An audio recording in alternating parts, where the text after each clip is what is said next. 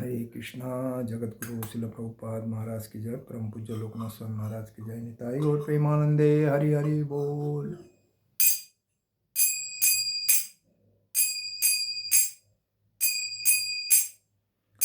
जय राधा माधव कुंज विहारी।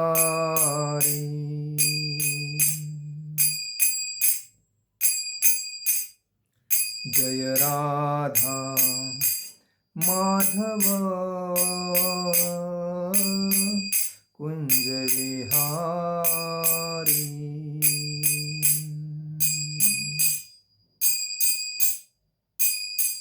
गोपीजन वल्लभ गिरिवरधारी।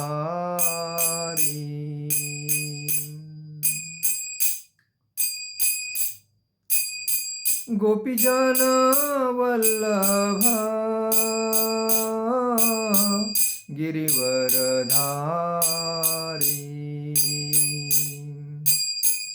यशोदानंदन ब्रज जन रंजन। यशोदानंदन ब्रज जन रंजन। यमुना तीरा वनचारी। यमुना तीरा वनचारी। जय राधा माधव कुंज विहारी।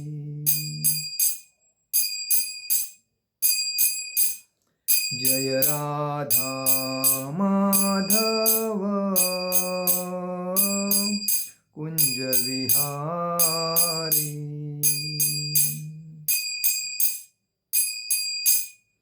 हरे कृष्णा कृष्णा कृष्णा हरे हरे। हरे राम राम राम हरे हरे। हरे कृष्णा कृष्णा कृष्णा हरे हरे। हरे राम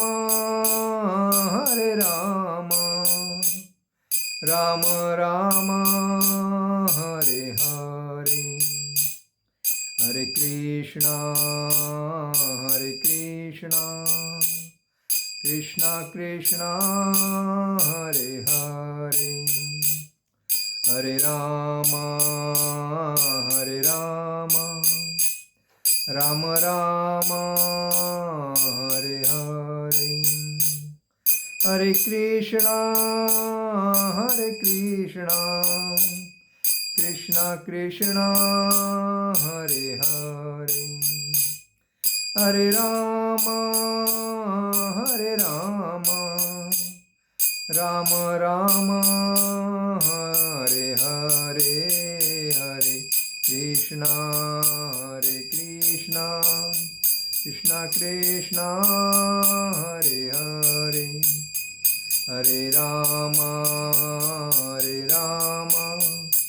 राम राम हरे हरे। जय ओम विष्णुपाद परमहंस परिव्राजकाचार्य अष्टोत्तर शतशिल इस्कॉन संस्थापक आचार्य कृष्ण कृपा मूर्ति अभय चरणारविंद भक्ति वेदांत स्वामी शिल प्रभुपाद महाराज की जय। नित्य लीला प्रविष्ट जय ओम विष्णुपाद परमहंस परिव्राजकाचार्य अष्टोत्तर शतशिल भक्ति सिद्धांत सरस्वती ठाकुर शिल प्रभुपाद महाराज की जय। नित्य लीला प्रविष्ट जय ओम विष्णुपाद परमहंस परिव्राजकाचार्य अष्टोत्तर शतशिल गौर किशोर जी बाबा जी महाराज की जय। नित्य लीला प्रविष्ट जय ओम विष्णुपाद परमहंस परिव्राजकाचार्य अष्टोत्तर शतशिल भक्ति विनोद ठाकुर शिल प्रभुपाद महाराज की जय। नित्य लीला प्रविष्ट जय ओम विष्णुपाद परमहंस परिव्राजकाचार्य अष्टोत्तर शतशिल जगन्नाथ जी बाबा जी महाराज की जय। श्री रूप सनातन भट्ट रघुनाथ श्री जीव गोपाल भट्ट दास रघुनाथ छठ गोस्वामी शिल प्रभुपाद महाराज की जय। अनंत कोटि वैष्णव वृंद की जय। नामाचार्य शिल हरिदास ठाकुर की जय। प्रेम से कहो श्री कृष्ण चैतन्य प्रभु नित्यानंद, श्री अद्वैत गदाधर शिवासादि गौर भक्त वृंद की जय। श्री राधा कृष्ण गोप गोपीनाथ श्याम कुंड राधा कुंड गिरि गोवर्धन की जय। मथुरा वृंदावन धाम की जय। मायापुर नवदीप धाम की जय। द्वारका धाम की जय। पूर्ण पुरुषोत्तम जगन्नाथपुरी धाम की जय। अयोध्या धाम की जय। बद्रीनाथ धाम की जय। रामेश्वरम धाम की जय। गंगा माई की जय। यमुना माई की जय। तुलसी महारानी की जय। भक्ति देवी की जय। हरिनाम संकीर्तन की जय। समवेद भक्त वृंद की जय। समवेद भक्त वृंद की जय। समवेद भक्त वृंद की जय। All glories to assembled devotee, all glories to assembled devotee, all glories to assembled devotee। Shri Guru Gauranga की जय। निताय गौर प्रेमानंदे हरि हरि बोल। ओम नमो भगवते वासुदेवाय। ओम नमो भगवते वासुदेवाय। ओम नमो भगवते वासुदेवाय। नारायणं नमस्कृतं नरो चैव नरोत्तमं देवी सरस्वती व्यासं ततोदयो उदीरये। नष्टप्रायेषु भद्रेषु नित्यं भागवत सेवया भगवत उत्तम श्लोके भक्ति भवति नैष्ठिकी। कृष्णाय वासुदेवाय देवकी नंदनाय च नंद गोपकुमाराय गोविंदाय नमो नमः। आप सभी का आज के भगवद गीता के 4 अध्याय के 31वें श्लोक पे हार्दिक स्वागत। हम शुरुआत करते हैं। नायम लोकास्तयज्ञस्त कृतोऽन्य कुरु सत्यम। नायम लोकास्तयज्ञस्त कृतोऽन्य कुरुत सत्यम। नायम लोका सत्ययज्ञस्त कृतोज्ञ कुरु सत्तम। न म्हणजे कभी नहीं, अयम म्हणजे यह, लोक म्हणजे लोक, अस्ति है, अयज्ञस्य म्हणजे यज्ञ न करने वाले का, कुत कहा है, अन्य म्हणजे अन्य, कुरु सततम म्हणजे हे कुरुक्षेत्र श्रेष्ठ। हे कुरुश्रेष्ठ, जब यज्ञ के बिना मनुष्य इस लोक में या इस जीवन में ही सुखपूर्वक नहीं रह सकता, तो फिर अगले जन्म में कैसे रह सकेगा। तात्पर्य में शिल प्रभुपाद जी लिखते हैं, शिल प्रभुपाद महाराज की जय। मनुष्य इस लोक में चाहे जिस रूप में रहे, वह अपने स्वरूप में अनभिज्ञ रहता है। दूसरे शब्दों में, भौतिक जगत में हमारा अस्तित्व हमारे पापपूर्ण जीवन के बहुगुणित फलों के कारण है। अज्ञान ही पापपूर्ण जीवन का कारण है और पापपूर्ण जीवन ही इस भौतिक जगत में अस्तित्व का कारण है। मनुष्य जीवन ही वह द्वार है जिससे होकर इस बंधन से बाहर निकल सकता है। अतः वेद हमें धर्म, अर्थ, काम तथा मोक्ष का मार्ग दिखलाकर बाहर निकालने का अवसर प्रदान करते हैं। धर्म या ऊपर संस्तुत अनेक प्रकार के यज्ञ हमारी आर्थिक समस्याओं का स्वतः हल कर देते हैं। जनसंख्या में वृद्धि होने पर भी यज्ञ संपन्न करने से हमें प्रचुर भोजन, प्रचुर दूध इत्यादि मिलता है। जब शरीर की आवश्यकता पूर्ण होती रहती है तो इंद्रियों को तुष्ट करने की बारी आती है। अतः वेदों में नियमित इंद्रिय तृप्ति के लिए पवित्र विवाह का विधान दिया है। इस प्रकार मनुष्य भौतिक बंधन से क्रमशः छूटकर उच्च पद की ओर अग्रसर होता है और मुक्त जीवन की पूर्णता परमेश्वर का सानिध्य प्राप्त करने में है। मुख्य जीवन की पूर्णता परमेश्वर का सानिध्य प्राप्त करने में है।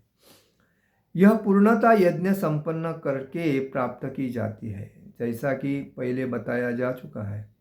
फिर भी यदि कोई व्यक्ति वेदों के अनुसार यज्ञ करने के लिए तत्पर नहीं होता, तो वह इस शरीर में सुखी जीवन भी की कैसे आशा कर सकता है। फिर दूसरे लोग में दूसरे शरीर से सुखी जीवन की आशा तो व्यर्थ ही है। विभिन्न स्वर्गों में भिन्न भिन्न प्रकार की जीवन सुविधाएं हैं, और जो लोग यज्ञ करने में लगे हैं उनके लिए तो सर्वत्र परम सुख मिलता है। किंतु सर्वश्रेष्ठ सुख वह है जिसे मनुष्य कृष्ण भावनामृत के अभ्यास द्वारा वैकुंठ जाकर प्राप्त करता है। अतः कृष्ण भावनाभावी जीवन ही इस भौतिक जगत की समस्त समस्याओं का एकमात्र हल है। ओम अज्ञानतिमिरान्धस्य ज्ञानाञ्जनशलाकया चक्षुरुन्मीलितेन तस्मै श्रीगुरवे नमः। श्रीचैतन्यमनोभीष्टं स्थापितं येन भूतले स्वयं रूपकदा मह्यं ददाति स्वपदान्तिकं। वन्देऽहं श्रीगुरो श्रीयुपदकमलं श्रीगुरो वैष्णवांच श्रीरूपं साग्रजातं सहगण रघुनाथामतं तं सजीवं साद्वैतं सावधूतं परिजनसहितं कृष्णचैतन्यदेवं श्रीराधाकृष्णपादान् सहगण ललिता श्रीविशाखान्वितांच। हे कृष्ण करुणा सिंधु दीनबंधु जगत्पते गोपेश गोपिका कांत राधा कांत नमोस्तुते। तप्त कांचन गौरांगी राधे वृंदावनेश्वरी विशुभानुसुते देवी प्रणमामि हरिप्रिये। वाञ्छा कल्पतरुभ्यश्च कृपा सिंधु एव च पतितानां पावनेभ्यो वैष्णवेभ्यो नमो नमः। नमो ब्राह्मण देवाय गो ब्राह्मणहिताय च जगतीताय कृष्णाय गोविंदाय नमो नमः। गुरुवे गौरचंद्राय राधिकाय तदालिये कृष्णाय कृष्णभक्ताय तद्भक्ताय नमो नमः। नमो विष्णुपादाय कृष्णप्रेष्ठाय भूतले श्रीमते भक्तिवेदांत स्वामिनिति नामिने। नमस्ते सारस्वते देवे गौरवाणी प्रचारिणे निर्विशेष शून्यवादी पाश्चात्य देशतारिणे। जय श्री कृष्ण चैतन्य प्रभु नित्यानंद श्री अद्वैत गदाधर शिवासादि गौर भक्तवृंद। हरे कृष्ण कृष्ण कृष्ण हरे हरे, हरे राम राम राम हरे हरे। हरे कृष्ण कृष्ण कृष्ण हरे हरे, हरे राम राम राम हरे हरे। वंदेहम श्रीगुरु श्रीयुपदकमलं श्रीगुरु वैष्णवांच श्रीरूपं साग्रजातं सहगण रघुनाथामतं तं सजीवम। आज के श्लोक में आप सभी का हार्दिक स्वागत। हम जो चर्चा कर रहे हैं यज्ञ के बारे में, तो हर व्यक्ति का कर्तव्य अपना जीवन सुखी और संपन्न और ऐश्वर्यवान बनाने के लिए हमें यज्ञ करना जरूरी है। यज्ञ तो अलग अलग प्रकार के होते थे, जैसा कि सतयुग, त्रेतायुग, द्वापर युग और कलयुग में अलग अलग यज्ञ होते थे। सतयुग में यज्ञ तो भगवान को प्रसन्न करने के लिए अग्नि यज्ञ होते थे। द्वापर में भी, त्रेतायुग में भी अग्नि यज्ञ होते थे। द्वापर में भी अग्नि यज्ञ होते थे। लेकिन यज्ञ के प्रकार जो है, यज्ञ जो करने के, तो हमने कल जो सुने थे। लेकिन कलयुग का जो यज्ञ है वो सबसे इजी है, सोपा है और सब कर सकते हैं। क्योंकि सतयुग में जो यज्ञ थे उसमें बहुत कठिन तप करना पड़ता था। त्रेता युग में कठिन तप करना पड़ता, द्वापर में भी, लेकिन कलयुग में नहीं। कलयुग में क्लेश का आवरण ज़्यादा है, क्लेश है। कली का वास्तव होने के वजह से लोगों को फुर्सत नहीं मिलेगी कोई काम करने के लिए, कोई सेवा करने के लिए, भक्ति करने के लिए।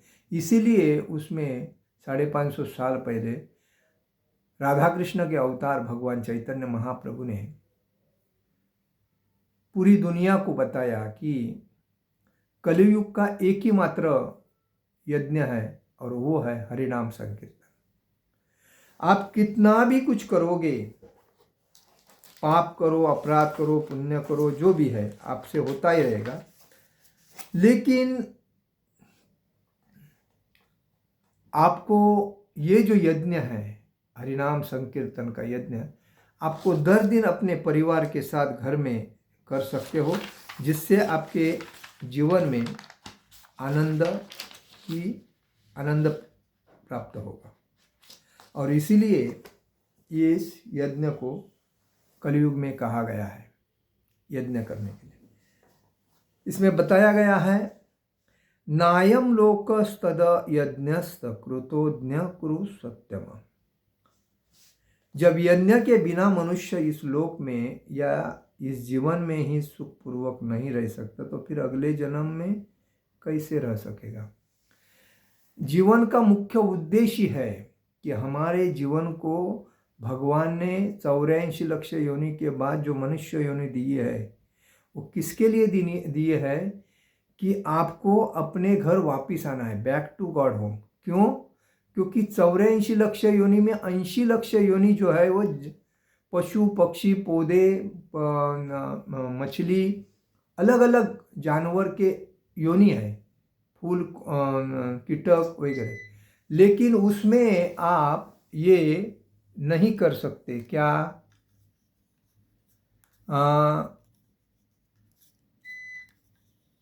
यज्ञ नहीं कर सकते, बराबर है, उसमें हम यज्ञ नहीं कर सकते हैं। लेकिन मनुष्य ज्ञानी व्यक्ति है, बुद्धि उसको विवेक है, और उस विवेक के माध्यम से वो अपना यज्ञ कर सकता है। और इसीलिए इसमें बताया गया है कि मनुष्य को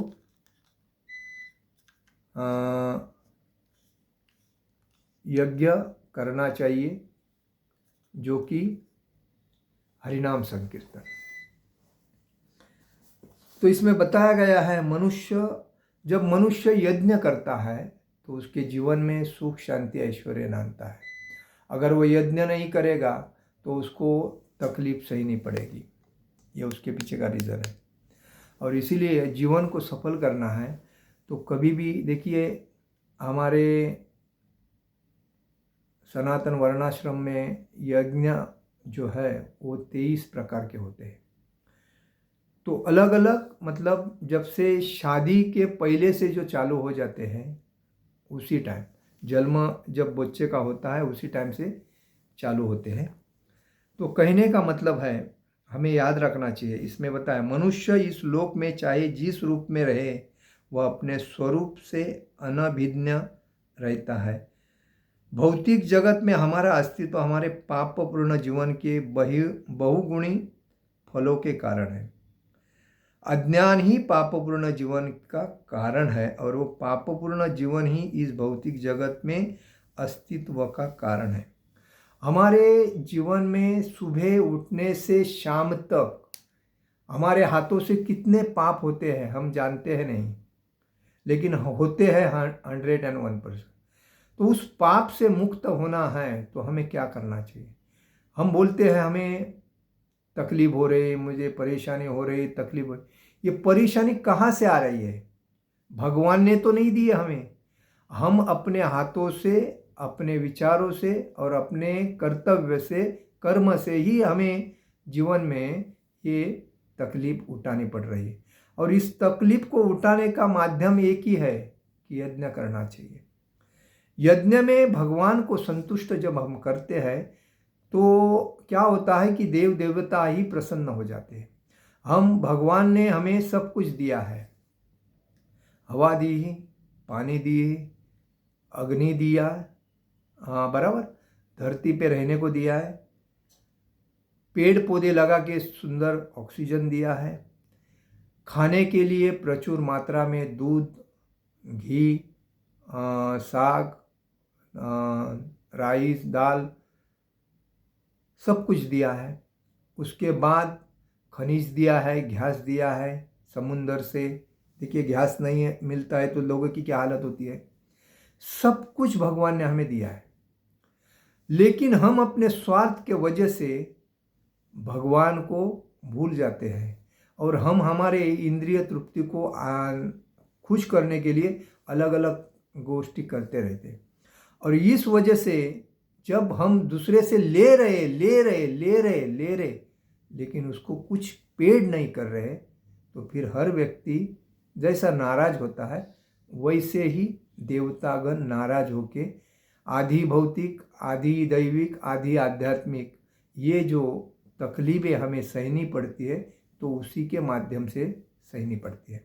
और इसीलिए ये भौतिक संसार में हम है और होने के बाद अगर हमको तकलीफ है तो इसका मतलब हमारे हाथों से अपराध पाप ज़्यादा हो रहा है, लेकिन हम पुण्य कर्म नहीं कर रहे। और ये पुण्य कर्म करने के लिए यज्ञ करना जरूरी है। ब्राह्मण को बुलाना है, उसको भोजन करवाना है, उससे उसके जो भी उसके साथ आते हैं उनको मान सम्मान करना है, उनके हाथों से होम हवन करके भोजन करके देना है। ये पहले ज़माने में सब लोग करते थे। आज के ज़माने में लोग अपने पैसे के पीछे पड़े हैं, टाइम नहीं बोलते हैं और सिंपल रेडीमेड मतलब ऑनलाइन करने को देते, ऑनलाइन पैसे देते होम करते, उसको मज़ा नहीं है।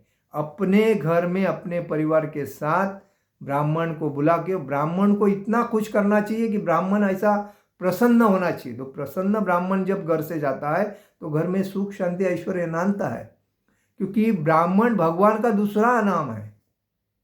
ब्राह्मण और वैष्णव जब भी अपने घर में आते हैं, गाय, ब्राह्मण और वैष्णव, तो समझ जाना चाहिए भगवान अपने घर में आए हैं। उसमें देखना नहीं चाहिए कि कौन से रूप में आए हैं। भगवान क्योंकि ब्राह्मण भगवान का सर है, 33 कोटि देवता गाय के अंदर है। वैष्णव भगवान के एकनिष्ठ भक्त है, तो इन्हों के अंदर भगवान का वास रहता है, गाय के अंदर, वैष्णव के अंदर, ब्राह्मणों के अंदर। ब्राह्मण से भी श्रेष्ठ वैष्णव क्यों कहा गया है? क्योंकि श्रेष्ठ सभी से संतुष्ट रहता है, कोई अपेक्षा नहीं, इंद्रिय में कोई एक लालसा नहीं रहती, उसमें संपूर्ण जीवन भगवान को समर्पित करके खाली भगवान के ऊपर डिपेंड रह के भगवान जो कुछ करेगा भगवान करेगा, मेरे लिए कुछ नहीं, वही वैष्णव। ब्राह्मण तो कर्म करता है, मतलब भक्ति का प्रचार करता है, सिखाता है। ब्राह्मण का काम ही है समाज को शिक्षित करना, आध्यात्मिक वृत्ति से, वैदिक ज्ञान से शिक्षित करना है ब्राह्मण का कर्तव्य है। और ब्रह्मचारी वैष्णव जो है उसका कर्तव्य भगवान के भक्ति का प्रचार करना, समाज को ज्ञानी बनाना और भगवान में संपूर्ण भक्ति में लीन होना। तो इसमें बताया है अज्ञान ही पापपूर्ण जीवन का कारण है। अज्ञान क्यों है? क्योंकि हमारे पास ज्ञान नहीं है। हम माया को अपना सब कुछ मानते हैं, पैसा, पद, प्रतिष्ठा, प्रसिद्धि, कार, बंगलो, लोगों ने मुझे मान सम्मान देना चाहिए, लोगों ने मुझे कुछ लाके देना चाहिए, मेरी वाह वाह करनी चाहिए, इसकी अपेक्षा हम करते हैं। और ये सब जिसको देना है वो देता है, जिसको नहीं देना है वो नहीं देता, उसके ऊपर ध्यान ही नहीं देना चाहिए। हम जब दूसरे का सम्मान करते हैं दूसरा अपना सम्मान करता है, ये तो रिवाज है। कोई अतिथि देवो भव, अपने घर में आता है हम उसका आदर भाव से सम्मान करते। प्रथम कार्य ये हमारा ये है, हम दूसरे को आदर से सम्मान करें। जब हमारे घर में कोई मेहमान आता है तो प्रथम हमारा कर्तव्य होता है उसको पूछना, पहला पानी दे दो, उसके बाद उसको प्रसाद दे दो, उसके बाद उसके चेहरे पे उससे बात करो। हम लोग उसको पूछने जाएंगे, आपको पानी दे दूँ, आपको प्रसाद बनाऊँ, तो वो क्या बोलेगा? आप पानी मेरे को ला के दे, प्रसाद मेरे लिए बना। तो आपको तकलीफ तो देने नहीं आया है, आपको अंदर से भाव आना चाहिए, अतिथि देवो भव। जो भी कुछ आया है भगवान के माध्यम से आया है मेरे घर में, पहले तो कभी आया नहीं, तो मेरा उसका उल्टा बस करना अच्छा है। जब सुदामा भगवान श्री कृष्ण के घर में गया था और उसने देखा अरे मेरा मित्र वर्ग मित्र आया है, वो अपने पलंग से उठ के सीधा अपने द्वार तक चले गए, भागते भागते अपने मित्र को लाके उन्होंने अपने सिंहासन पे बिठा के रुक्मिणी माता जी को कहा कि रुक्मिणी थाली और ये कलश लेके आ, मुझे मेरे मित्र का चरण धोना है। और उन्होंने अपने मित्र को, कपड़े फटे थे, पूरा शरीर खराब हुआ था पैदल चलते चलते, और फिर भी उन्होंने अपना मित्र अतिथि देवो भव ब्राह्मण अपने घर में आया, वो किस रूप में आया कैसा आया वो नहीं, आया है उसको बुलाना जरूरी, घर में आया अंदर आ जाओ। और उनको बिठा के उन्होंने उनके चरण पूर्ण धोए वगैरह, उसमें का वो जल अपने मुंह में पी लिया, अपने बदन पे उड़ाया, रुक्मिणी माता के ऊपर उड़ाया। और इससे क्या होता है कि पूरे संसार में उसका प्रचार होता है कि भगवान अगर ऐसा करते तो हम क्यों को नहीं करना चाहिए। तो ये बात है, किसको हम पूछने जाते हैं ना, मैं आपको मदद करूं क्या, मैं करूं, तो वो सीधा बोलेगा नहीं नहीं नहीं, उसको सीधा अपने मन से करना। जैसा कि भगवान हमको बुद्धि देते, हम अगर भगवान के भक्त है तो भगवान हमारे अंदर बैठे हैं, तो अंदर बैठने के बाद भगवान ये बोलते हैं देखो ये अभी आया है ना, उसको थोड़ा आप ये कर दो तो अच्छा रहेगा। तो हमको ये जान लेना चाहिए, भगवान ने मुझे जाने दी है तो मुझे करना चाहिए। बाद में हमारा मन क्या बोलता है, अरे क्यों करने का, जाने दे, उससे उसको क्या कमी है क्या, जाने दो, छोड़ दो, जाने। ये बात है, मन हर जगह पे अपने को चंचल करता है। जब हमारा आत्मा हमें कहता है ये अच्छा है तुम करो, और मन जब उसको कंट्रोल में करता है तो आत्मा को दबाता है। तो हम किसका सुनते हैं, मन का सुनते हैं, आत्मा का नहीं। इसीलिए मन को कंट्रोल करने के लिए भक्ति में दृढ़ होना चाहिए। तो भक्ति में दृढ़ कैसा होएगा, तो बार बार हरि नाम संकीर्तन करने से, हरे कृष्ण कृष्ण कृष्ण हरे हरे, हरे राम राम राम हरे हरे, बार बार ज़्यादा माला करने से, भगवान के ग्रंथ पढ़ने से हमारा जो आत्मा है वो हमें सभी योग्य मार्ग से, क्योंकि भगवान जब हमारे जिह्वा पर नाचते हैं, मतलब डांस करते हैं, तो हमारा जो अंश रूप आत्मा में भगवान बैठे हैं वो प्रसन्न हो जाते हैं, और वो हमें इतना अच्छे अच्छे गुण हमारे सामने लाके देते हैं, अच्छे अच्छे विचार हमारे गुण मन में लाके देते हैं कि गंदे विचार एक साइड में निकल जाते हैं। जैसे समुद्र में कोई जहाज आता है और कचरा एक साइड में निकल जाता है और जहाज उसको चीर के निकल जाता है, वैसा। तो ये हमें भाव मिलता है। तो इसीलिए हमारा अज्ञानपन ही हमारे पाप कर्म का कारण है, क्योंकि हम जो नहीं चाहिए उसके पीछे लगते हैं, जो चाहिए उसके पीछे नहीं लगते हैं। हमारा जीवन का मुख्य उद्देश्य क्या है, भगवान के प्रेम को प्राप्त करना, भगवत धाम को प्राप्त करना और भगवान के भक्ति में तल्लीन होना। लेकिन हम इसमें किधर ध्यान देते हैं, हम बोलते हैं काम में टाइम ही नहीं, इतना प्रेशर काम का है कि सर उठाने के लिए टाइम नहीं मिलता है, इतना प्रेशर है। लेकिन ये तो प्रेशर भगवान ने तो नहीं दिया था आपको, आपने अपने हाथों से करके लिया है, क्योंकि आपको थोड़ा लगना चाहिए मैं किसी से प्रतिष्ठित हूँ, मैं कुछ अच्छा हूँ, मैं सब कुछ कर रहा हूँ, ऐसा आप कुछ नहीं, आप निमित्त है। हर जगह पे याद रखो, कोई अगर मंदिर में आता है, कोई मंदिर में नहीं आता है, कोई मंदिर से किसी को बंद किया जाता है, कोई पोस्ट पे है, कोई नहीं पोस्ट, कोई किसी को फर्क पड़ता तो है ही नहीं। भगवान सभी को अरेंजमेंट करते हैं। जब कोई मुख्यमंत्री होता है और उसको मुख्यमंत्री पद जाता है तो उसके बाद उसको मुख्यमंत्री के पद की वैल्यू समझती है।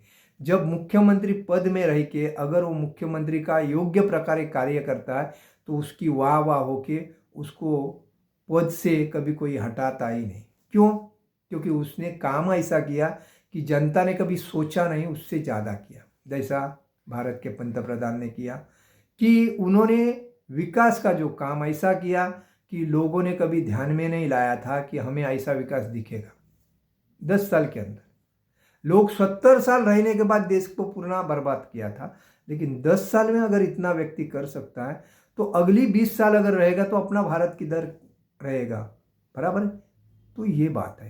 तो हर व्यक्ति जो कोई मंदिर है, संस्था है, स्कूल है, कॉलेज है या पॉलिटिकल पार्टी है या मंत्री है, उसको अपना जो कार्य है अपने परिवार का भला करने के लिए नहीं करना चाहिए।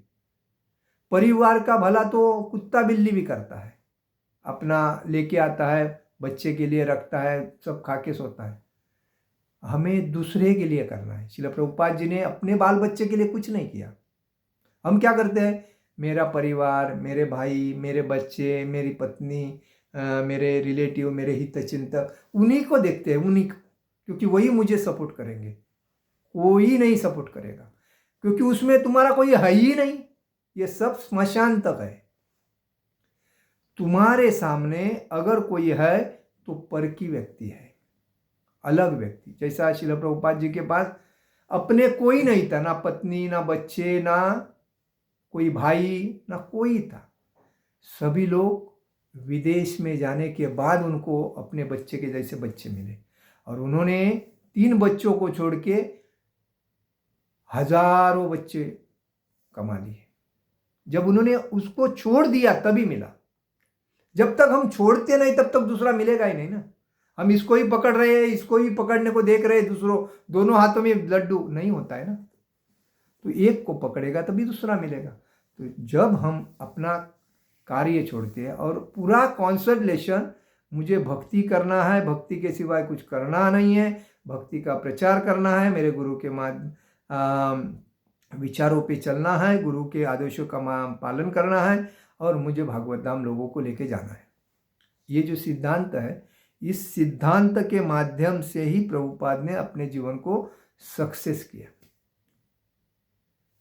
जब तक कार्य करने के कठिनाई नहीं निर्माण होती, अड़ी अड़चन कोई नहीं निर्माण करता, तब तक वो आदमी मजबूत ही नहीं होगा। जब कभी हम कोई कार्य करते हैं और उस कार्य में जब तकलीफ नहीं होगी, अड़ी अड़चन नहीं आएगी, तो हम मजबूत कैसे होंगे? वो भगवान की परीक्षा होती है। पर श्रील प्रभुपाद जी जब जा रहे थे जहाज से तो उनको पहला ही अटैक दिया, सेकंड अटैक, 3 अटैक एक ही साथ। फिर और वो 70 साल की उम्र में, और उसके बाद में भगवान साक्षात दर्शन देते हैं सपने में कि आप डरो मत, मैं आपके साथ हूं, सब कुछ ठीक करूंगा, आप अपना विजन चालू रखो। प्रभुपाद आश्चर्य होते हैं, बोलते हैं अरे ये तो कृष्ण ही कर रहा है सब, मैं तो निमित्त हूं।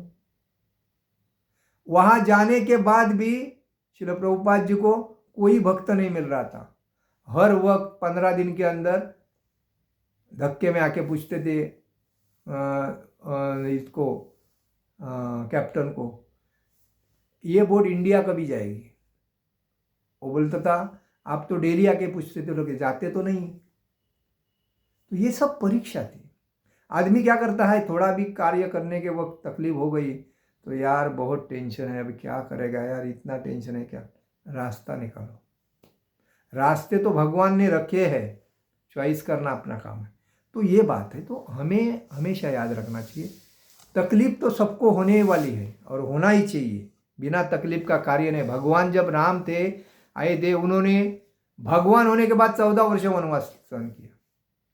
भगवान कृष्ण जब आए थे, उन्होंने जन्म ही जेल में ले लिया। और हम तकलीफ बोलते हैं यार, तकलीफ। आजकल के बच्चों को कोई तकलीफ नहीं होना चाहिए, सब रेडीमेड माँ बाप ने करके रखना चाहिए। और हम खाली माँ बाप ने हमें जन्म दिया तो हमारे ऊपर उपकार किए है, तो हमारे लिए सब रेडीमेड करके देंगे तो ये हमारा जीवन सफल है, हम कुछ ज़्यादा करेंगे नहीं। यही मूर्खता है। माँ बाप की सेवा करना, माँ बाप ने किया उससे आगे जाके अपने को करना चाहिए, ये विचार बच्चे के दिल में रहना चाहिए। माँ बाप के टाइम में ये सुविधा नहीं थी, लेकिन आज ऐसी सुविधा हो गई है कि आदमी जीरो से बन के हीरो बनता है। ये बात है। तो इसे हमें समझना चाहिए, और इसलिए बोलते हैं अज्ञान ही पापपूर्ण के जीवन का कारण है। पापपूर्ण जीवन ही एक भौतिक जगत में अस्तित्व का कारण है। और ये पाप पुण्य के वजह से हम जब सही जैसा कर्म करते हैं उस कर्म के हिसाब से ही आगे का जन्म मिलता है। जब कर्म ही हमारा गलत रहेगा तो हमें कौन सी योनि मिलेगी? गलत निम्न योनि मिलेगी। अगर कर्म आपके साथ जाता है, आप जो भी कर्म करते हैं आपके साथ, बाकी कुछ नहीं, भक्ति और कर्म आपके साथ जाता है।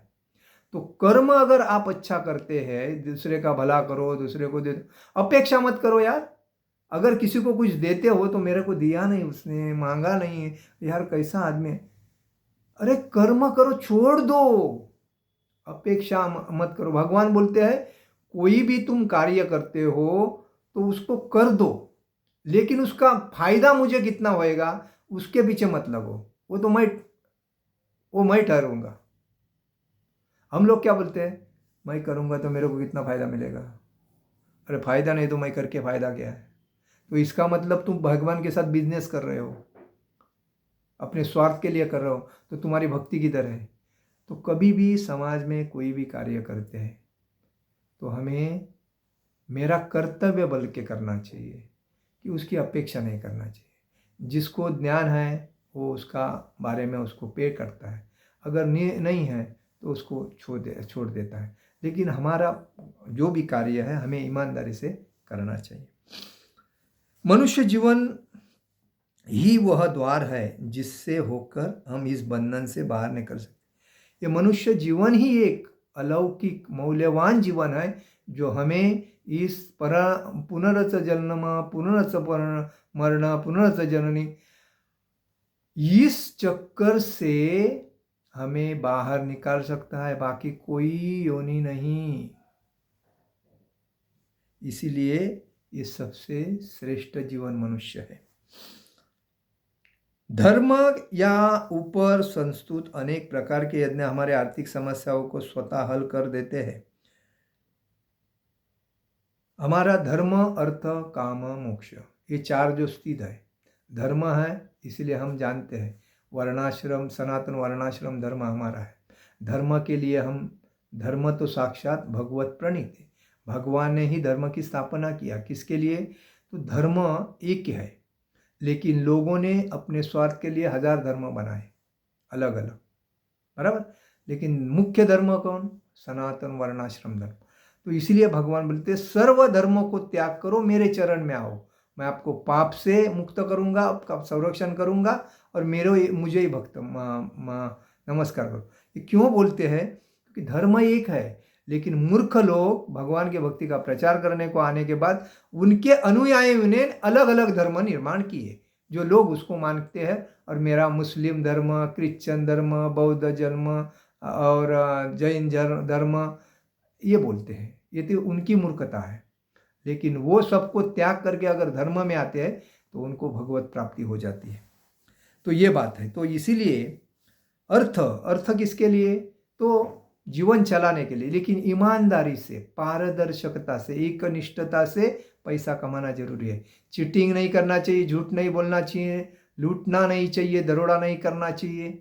ये अर्थ, धर्म, अर्थ, काम भगवान के लिए जो कार्य किया जाता है वो कर्म है। भगवान के व्यतिरिक्त जो सुख के लिए कार्य किया जाता है वो अकर्म है। और भगवान के और अपने लिए कार्य न करके विरोधाभास में चोरी चुपके से लूटपाट के जो कार्य किया जाता है वो विकर्म है। धर्म, अर्थ, काम, मोक्ष, जब हम सही कार्य करते हैं और भगवान को समर्पित होकर हम चलते हैं तो हमें भगवान के भक्ति में तल्लीन रहने से मोक्ष प्राप्ति होती है। धर्म, अर्थ, काम, मोक्ष। जनसंख्या में वृद्धि होने पर भी यज्ञ संपन्न करने में हमें प्रचुर भोजन, प्रचुर दूध इत्यादि मिलता है। देखो, यज्ञ संपन्न करने से हमें ज़्यादा अन्न धान्य मिलता है, ज़्यादा दूध वगैरह मिलता है। गाय देखो, पाला वगैरह हर जगह पे बनने से गाय खाती है, ज़्यादा पाला तो दूध भी ज़्यादा मिलता है, दूध युक्त पदार्थ मिलते हैं, पाले भाजी मिलती है, अन्न राइस मिलता है, गेहूँ मिलता है, ज्वारी, बाजरी, ये मक्का, अलग अलग जो चीज़ है वो किससे निर्माण होती है? ऊपर से तो नहीं टपक रही है। भगवान अपने ज़मीन से बारिश जैसा गिरता है, ज़मीन सुपीक हो जाती है, काली हो जाती है बारिश के पानी से, और खेती में अनेक अनेक उत्पन्न हो जाता है पीक, और वो खा के आदमी तंदुरुस्त हो जाता है, रोगराई से मुक्त हो जाता है। आजकल लोग क्या करते हैं, उसी में भेसळ बनाते हैं और लोगों को खिलाते हैं। उस भेसळ से क्या होता है, उसमें रोगराई तैयार हो जाती है और उसका फायदा डॉक्टर को हो जाता है, और डॉक्टर बाद में लोगों को लूट के वो भी डॉक्टर में पैसा खर्चा करते हैं। तो ये हम अपने हाथों से अपने पैरों के ऊपर कुल्हाड़ी मार के लेते हैं। तो गलत किसी को खिलाना नहीं चाहिए। गलत, जैसा कि खेती में अगर खत चाहिए तो गोबर युक्त जो खत है गाय का, गाय जब ज़्यादा पाला पुचड़ा खाएगी तो गोबर ज़्यादा देगी तो उसका ही खत बना के अगर खेती में डालोगे तो वो पौष्टिक अन्न जो मिलता है, उस पौष्टिक अन्न से जो हम खाते हैं वो हम पौष्टिक हो जाते हैं। क्योंकि गाय हमें सभी तरह से माता है, बचपन से लेके वृद्धावस्था तक हमें उसका पूर्णता फायदा है और कोई चीज़ में वो कमी नहीं देती। लेकिन उसी को काट कर खाने में हम हमारा मुख्य उद्देश्य समझते हैं। उसका माँ जब तक मांस नहीं खाते हैं तब तक आनंद नहीं आता। ऐसे रानटी लोग अपने समाज में हैं, और वो अभी जो बड़े बड़े अधिकारी लोग भी ऐसे कंपनी को यूज़ करते हैं, जो उनके कंपनी बड़ा बड़ा मांस का सप्लाई करते हैं।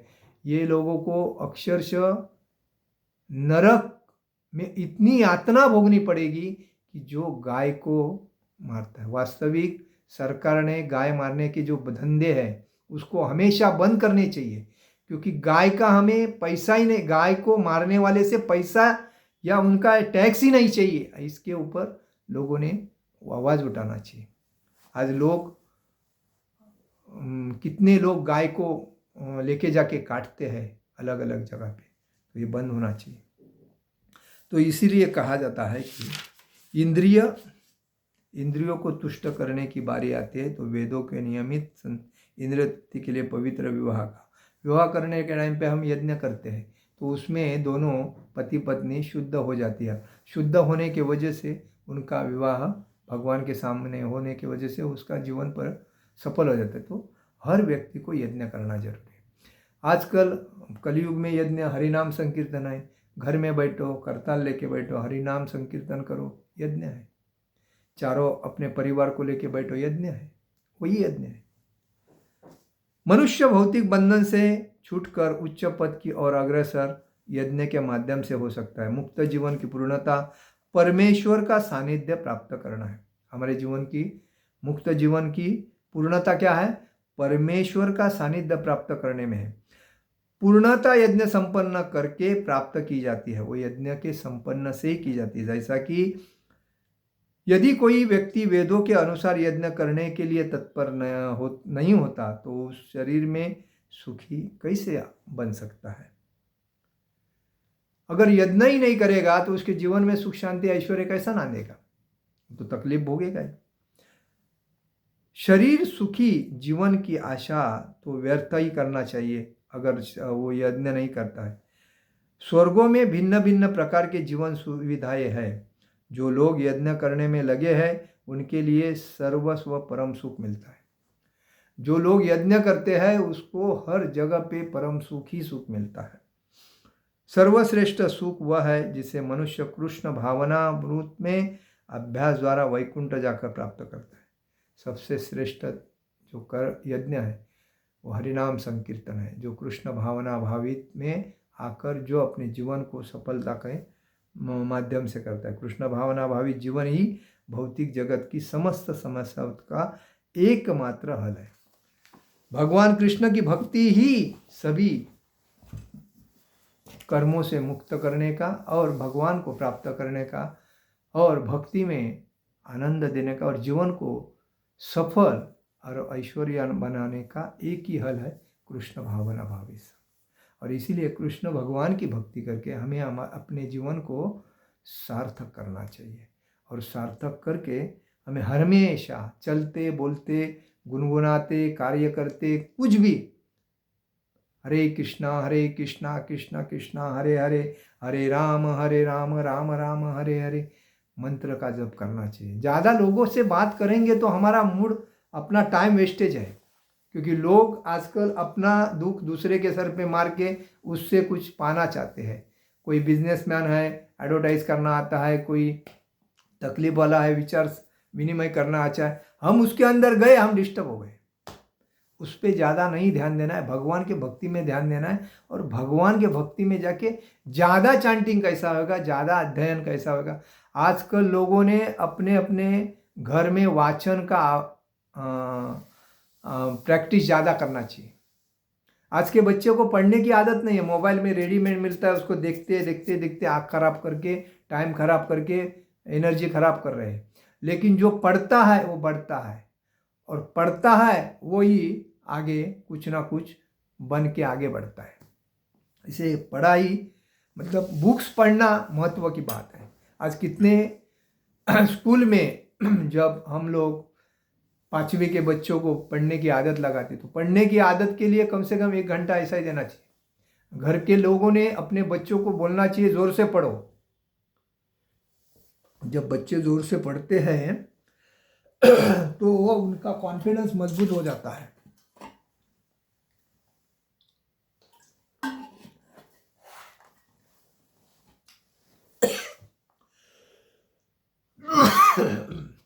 ज्ञान की प्राप्ति होती है, और इसलिए लोगों को पढ़ने की आदत लगानी चाहिए। हरे कृष्ण कृष्ण कृष्ण हरे हरे, हरे राम राम राम हरे हरे। जगत गुरु शिल प्रभुपाद महाराज की जय, परम पूज्य लोकनाथ स्वामी महाराज की जय, निताय गौर प्रेमानंदे। हरे हरि बोल।